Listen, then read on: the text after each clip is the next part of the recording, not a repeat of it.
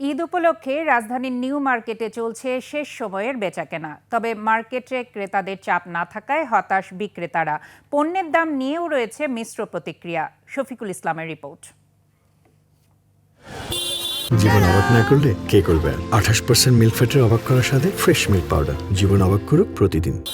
কুরবানির ঈদের বাকি আর মাত্র একদিন। তবে রাজধানীর নিউ মার্কেট এলাকার চিত্র দেখে তা বোঝার উপায় নেই। সপ্তাহের অন্যান্য দিনের মতোই চলছে বেচাকেনা।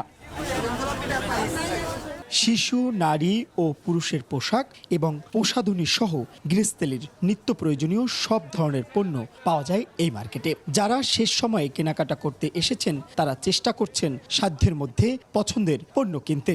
অ্যাকচুয়ালি আমরা মেয়েরা সবসময় শপিং করতে থাকি, রোজার ঈদেই বেশি হয়। শার্ট কিনছি, গেঞ্জি কিনছি, আম্মুর জন্য একটা রাইস কুকার কিনছি। দাম তো কম্পেয়ারলি একটু বেশি, লাস্ট 2-3 ইয়ার্সের সাথে যদি কম্পেয়ার করি এবার একটু প্রাইস বেশি। এখন কিছুই কিনি নাই, কিনবো। সবকিছু হিসাব নিকাশ করে দামাদামি করে আর কি কেনা যায়, তাই এই মার্কেটে আসা। এবছর ভালোই কেনাকাটা করলাম, কারণ একটু প্রাইসেস সব লিমিটেড আছে।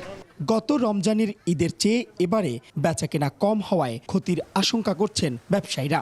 রোজার ঈদে তো অনেক ডিজাইন আসছে, এবার কুরবানি ঈদের নতুন একটা যোগ হয়েছে, এটা হলো হীরামান্ডি। আমরা প্রতিদিন যেভাবে বিক্রি করি সেভাবেও কাস্টমার নেই। গত ঈদে যে বেচাকেনা হয়েছে খুব ভালো ছিল, কিন্তু এবার অনেক খারাপ। আর 1000 টাকার মধ্যে থেকে শুরু করে আপনার 1500, 2000, 2500 এরকমের মধ্যে আছে। আমাদের বেচা বিক্রি ভালো আছে, আমাদের দোকানে একটা গুডেল আছে। রাজধানীর নিউ মার্কেট এলাকার দোকানগুলোতে বছর জুড়েই উচ্চবিত্ত থেকে নিম্নবিত্ত সবারই দেখা মেলে, কারণ সাশ্রয়ী দামে পণ্য কেনা যায় এই মার্কেট থেকে।